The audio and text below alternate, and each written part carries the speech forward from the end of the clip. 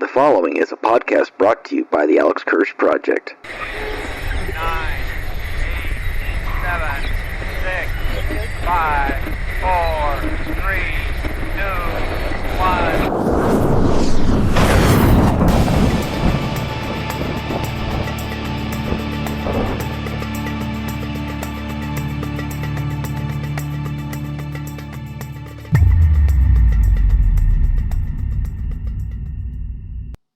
Tonight there will be no current events this week. However, I will still be doing my beer of the week, but I will also be covering a historical event in world history, the World War I Christmas Truce. I will talk about why this is so significant, what lessons can be learned from it, and how it's significant to this day. All this on this week's episode of Current Events on Tap.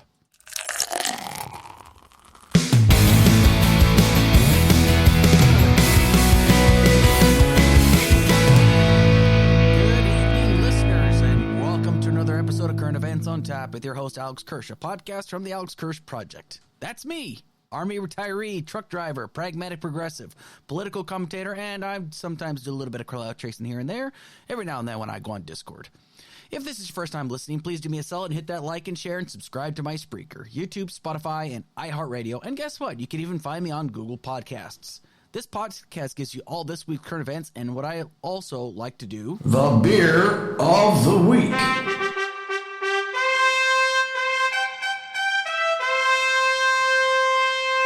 The beer of the week is where I pick one beer and I review it based upon price and presentation, pour, aroma, taste, and then I give an overall rating. Be sure to catch me every Friday at 7 p.m. Eastern Standard Time on Spreaker, and then catch me at your earliest convenience on YouTube, Spotify, and iHeartRadio and all other platforms I've mentioned. Just feel free to type in the Alex Kirsch Project, and there you will find this podcast. Be advised, there may be some coarse language on this podcast, and I do apologize in advance, but I am a veteran and I am a truck driver. It's practically a part of my vocabulary. So, it is extremely cold outside, ladies and gentlemen. It is very cold. It is about 5 or 7 degrees outside with a real feel of like minus 15. Not a good time to be out in this weather. Let's put it this way. It's a good time for us to stay warm and stay indoors. Let's just put it this way.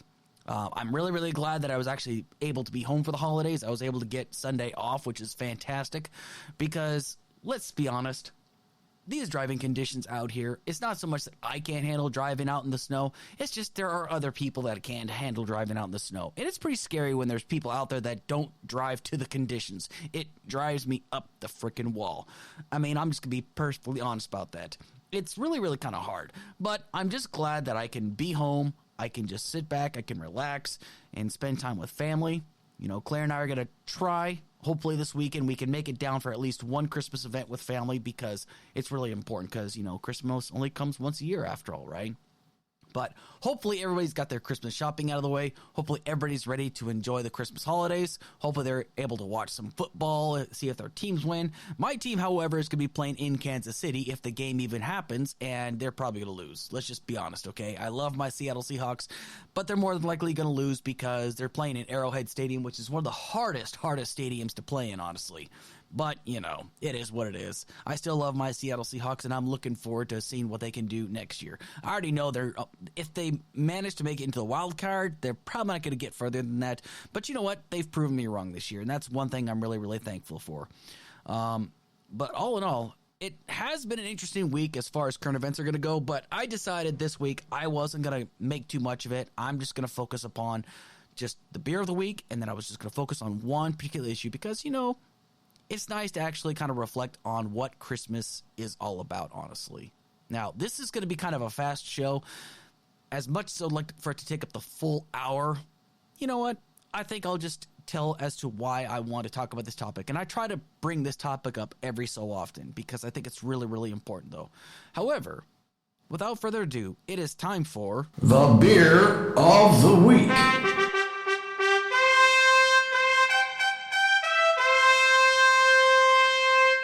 The beer of this week is Samuel Adams Winter Lager. I am a big fan of Samuel Adams beer. I really like it. It's a very good mass-produced beer. But let's talk about the history of the Samuel Adams Boston Brewery. It was originally founded by Jim Koch in 1984, who had discovered his great-great-grandfather's beer recipe in the attic that belonged to his father. The first beer he, however, brewed was the Samuel Adams Boston Lager, which is a very good beer, I might add, in his very own kitchen. Jim believed that Samuel Adams was the epitome of pride, passion, and the spirit of that united the colonists to fight against the British, sparking the American Revolution. That he should bring the same level of spirit into the crafting of this beer. He is quoted as saying the following: "I knew that if I wanted to start my own company, I had to do something I was really passionate about. So I turned to my receiver and tuned into not only what I thought could be a great business, but also a worthwhile pursuit that could make me happy: brewing." The first Samuel Adams beer made its public debut in 1985. Now, there's many other different flavors available when it comes down to this brewery, the Sam Adams Boston Brewery. I'm pretty sure you've had these flavors. Flavors include not just the Boston Lager, but just the Haze, Winter Lager, Holiday White Ale, Chocolate Bock, Oktoberfest for a limited time only, Summer Ale, Porch Rocker, and Wicked Hazy, among other fascinating flavors. However, today's flavor is the Winter Lager, which was first brewed in 1989 and was the first seasonal beer that Samuel Adams Boston Brewery introduced. Now, it took a bit of a hiatus, but then it came back just a couple years back. So, now, about the beer. The Winter Lager is a bock-style beer, which means it's going to have like a darker, maybe reddish haze to it, and it has an alcohol percentage of 5.6%. Now it's time for me to rate the beer, okay? How I rate it is basically I give it rate based upon one mug to 5 mugs. 1 being the lowest, 5 mugs being the highest. Now, if I give it like a 5 out of 5 across the board, that means it's a cream of the crop kind of beer, at least as far as my taste palates goes. Now, first things first, price and presentation. I'm going to give it a 4 out of 5. This beer bottle is absolutely gorgeous to look upon. I mean, and plus it's a fairly cheap beer, okay? I mean, I wouldn't say cheap, but the 6-pack can be bought at the local liquor store, which I bought here in Cairo, Michigan, for $8.75. It is a seasonal beer, which means it's only available around this time, primarily during the winter time. So get it while it's cold, I guess. If not, can't say get it while it's hot, right? Now, the design of the bottle is a very, very beautiful gold hue and the blue lettering. Then you can see like the little figure of Samuel Adams in there holding up a pint, looks like. Then it's also got the Winter Lager, festive and smooth. It's very, very eye-catching, honestly. I really like the design of it, though. I mean, plus it's got Jim Coach's, I'm pretty sure it's Coke, but I like to say Coach instead. But it's got that beautiful like signature in the back. I mean, I don't know. I just really like this bottle. It's a very, very beautiful presentation. So I'm going to give this a 4 out of 5. Now, the pour, I'm going to give it a 3 out of 5. Very average pour. Now, the color of the lager is a very nice color of red in it, depending on the light in it. Now, if poured correctly, you might get a somewhat of a decent foamy head, but it really kind of dissipates. Now, I like a beer that has a nice foamy head on it. This one, it just kind of dissipates really quickly. It's not very remarkable, but to be perfectly honest, like I said, it's a very average pour. The aroma, let's take a smell. A 3 out of 5, definitely. You pick up the malty smell, but it's very average. You know, you don't really pick up too many other flavors as far as I'm concerned. The malt is the majority of the smell, which is not terrible, but it's just, you know, when I like to smell beer, I like to smell all the different kinds of flavors that it might have to offer. But this one, it's kind of, okay, I smell the malt, but that's about it. There's nothing really else that I'm picking up in there. Now, let's go into the taste. The taste is not very pleasant. I'm going to be perfectly honest, okay? I don't reject it because, after all, I did manage to finish the 6-pack, but it's not very festive to me. Let's just put it this way. It takes me a very long time to finish an entire bottle, but that's just because I think, like, it's too dark for me. Now, I happen to like dark beers. I love dark ales. I love dark lagers. But for some reason, this just one isn't doing it for me. The malt is just really overpowering, and I just feel like there's no real honest to good flavor in it. I mean, I'm just being perfectly honest about this. So I honestly have to give it a 2 out of 5 in this regard. So not the most pleasing tasting lager. So overall, I probably hit it too much on this one, but I'm going to give it a 2.5 out of 5. I cannot give it a higher rating. I feel like this one is a fairly substandard as far as beers or lagers go. Now, I've had plenty of Samuel Adams. Now, I've even had Samuel Adams on tap at the Bell in Hand Tavern, which is one of the oldest taverns in the country in Boston, Massachusetts. And I do love me some Samuel Adams. But for some reason, this one just doesn't really strike a chord with me. It's not my favorite one, not by a long shot. Not really impressed by this one. I'm sorry, Samuel Adams, but I really can't get on board with this one. Maybe it's my palate. I don't know. But, I'll still finish the beer just because, I have to. But, mostly just because, I guess it's for sentimentality. But honestly, would I buy this one again? I probably wouldn't. Now, if you decide that you like this beer, hey, go for it. If you choose to fight me on this topic, that's fine. I don't care. So, at the end of the day, once again, 2.5 out of 5. Now, on to tonight's topic.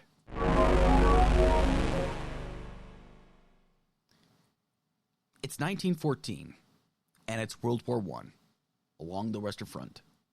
You are a British soldier, and you are miles from home. You have witnessed the horrors of war. The terrain you're on is littered with rotting corpses, barbed wire, and trenches. The sounds of artillery fire echo in the distance like constant roars of thunder. The trenches are your only means of cover from certain death. At any point, your life could very well end. And to boot, it's Christmas Eve. You start to have those memories of every Christmas you've celebrated with your family. While they are at home eating a Christmas dinner in a warm home, you are eating out of a tin can. And unfortunately, you have to leave those tin cans like what remains of them on the ground because the rats that occupy the same real estate as you might take a bite out of you if you don't. You're cold, you're bitter, and you're depressed. And you wonder, how long will this war go on? How many more soldiers will perish tonight? And how many will die tomorrow? You start to have thoughts of home again, and suddenly you thought you heard singing. You aren't sure from where, so you look around. The sound of singing is confirmed amongst the gunfire. The thing is, it isn't English you are hearing. It's German. The song is Stille Nacht, also known as Silent Night. A song composed by Franz Zaber Gruber and lyrics by Joseph Mohr of Oberndorf by Salzburg, Austria. Your brothers in arms are also listening to the singing. Your sworn enemy across the battlefield from you are singing a beloved Christmas song. It may seem odd, but this event really did happen. It was, in fact, Christmas Eve, while opposing forces sworn to destroy one another found common ground. In of all places, a place called No Man's Land.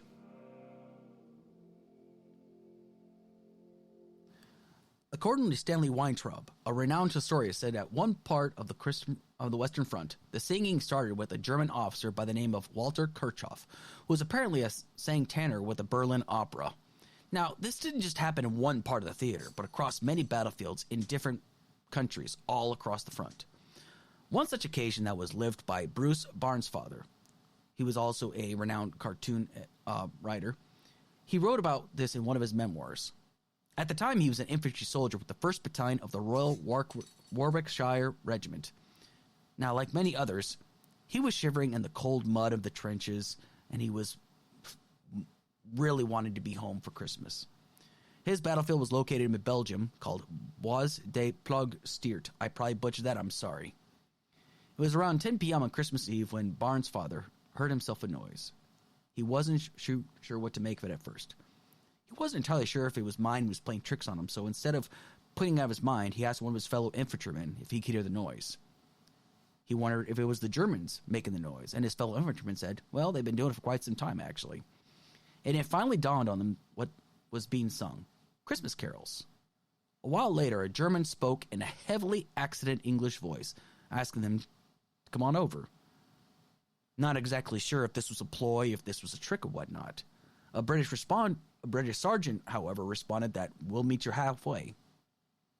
Then what took place in the time where bloodshed, hatred, bombs, mustard gas, and bullets rained over no man's land, something spectacular took place. Friendship. Enemy forces for one night, instead of exchanging fire, were exchanging gifts. Gifts like tobacco, wine, and other assorted gifts were exchanged. Each side also helped one another recover their fallen comrades who were scattered on the battlefield. Now, don't get me wrong, there were many across the battlefield. Even on Christmas Day, soldiers engaged in a game of football. Well, soccer for us, that is. Pictures of this temporary ceasefire were taken to record the moment that would not last. This was for many truly a Christmas miracle, but it was not felt by the entire war effort. In particular, there was one German soldier who scolded his fellow German soldiers for taking part of the truce. He asked them if they had no shame for what they did for, fraternizing with the enemy and just treating them like their brothers and whatnot. Years later, this man would become the head of the Nazi party, and he was known as Mein Führer. That's right, Adolf Hitler. Chains of command on the British side were just as displeased with what happened. According to some reports, some soldiers were reprimanded and punished for fraternizing with the enemy and were ordered that something like this would never, ever happen again. And it never did. 15 million people were killed throughout World War I. So why did I decide to bring this up? Why is it that this is so important? And why did I bring up a story like this to reflect upon this time of the year? It's simple. The Christmas truce is a symbol of humanity, goodwill to all mankind. Where forces sworn to kill one another spent one day showing kindness, empathy, and sharing good fortune. Even if it lasts for one moment, it goes to show that even in our darkest time, there is usually one sparking light of good that we must hold on to. Now, as someone who has spent multiple Christmases away from home in both Iraq and Afghanistan, I can tell you, it definitely sucks. It's hard being away from home and being in a foreign land, surrounded by people who may not even want you there, and there are those among them that more than likely want to kill you. Yet you still have a job to do. You have a purpose. And you need to ensure you fulfill that purpose, even if that means putting your life on the line. Many soldiers never came home. Many soldiers that I know were killed before Christmas, after Christmas, and never got to spend their Christmases back home. Now, like no man's land, there is another war raging right now in Europe. And as we all know, earlier this year, Russia invaded Ukraine, and since their invasion, approximately 100,000 Russian and Ukrainian soldiers have been killed or injured in the war. Now, this isn't counting the civilians killed or wounded by this war. While one side fights for survival and fights against an aggressor who invaded their lands, the other fights for reasons we still cannot comprehend. For all we know, Vladimir Putin is trying to cement his legacy into the history books of his country. However, Russian people are being drafted to fight in a war they do not believe in, and many in the country of Russia are angry with their leadership. Christmas is 2 days away. Tomorrow is Christmas Eve. The war is still raging on, and as of right now, there is no end in sight to the war between Ukraine and Russia. The United States right now is in the middle of a brutal winter storm right now. Inflation is, as of this day, 7.1%. And during this holiday season, it may seem like times are exceedingly difficult. And there may be those who feel like there is no hope. I just want everybody to remember why I chose to talk about the Christmas truce. Two sides who wanted nothing more than to be home, but were forced to fight in a brutal war, for one day didn't see enemies on the other side. They saw people, human beings. Even though after the Christmas truce ended, and these men returned to fighting and killing one another, none of them would ever forget that for that short while, the true meaning of Christmas was revealed to them. Now, I'm going to close out tonight's show, as quick as it was, with the following. I don't really believe too much in miracles at times. As much as I've tried, I just cannot for the life of me believe in them at times. But what do I believe in? I believe in the good nature of the people who do still exist in our world. While there is always the idea that we live in dark times because things do not always turn out as we'd hoped, we have to remember something. We all possess the ability to do great deeds for one another. We all possess the ability to see the good in some people. And we all possess to see one another as human beings. There is so much society still needs to do in order to see the good in other people. Now, I won't lie. Even I, as a flawed man, have my own issues when it comes down to meeting the mark on this. However, as history has shown us, even two sides for one day has shown that humanity, goodness, mercy, and goodwill can be met on any setting, even on a dark place such as no man's land. I want to take the time to thank everybody who decided to tune in for this short period in this episode this evening. It means so much to those who take the time to listen to this podcast. Without your support, I couldn't do this podcast. I want to thank my wife, Claire, for her undying support in this podcast. When I have some days where I just don't feel up to it, she pushes me to do so. Without her, I would have nothing. I want to thank my entire family for their love and support. Without them, I wouldn't be the man I am today. And for those listening, friends and family, just know I am thankful for all of you. I want everyone to stay safe and warm this holiday season. Think about those who can't be home this holiday season. Think about those that are willing to put everything on the line to ensure that we still have life, liberty, and the pursuit of happiness. Think about those that are still working throughout the holiday season. Everybody is essential throughout the holiday season. And give thanks, and remember that there are people that are putting everything on the line for us so that we may celebrate this holiday season. Merry Christmas to everyone.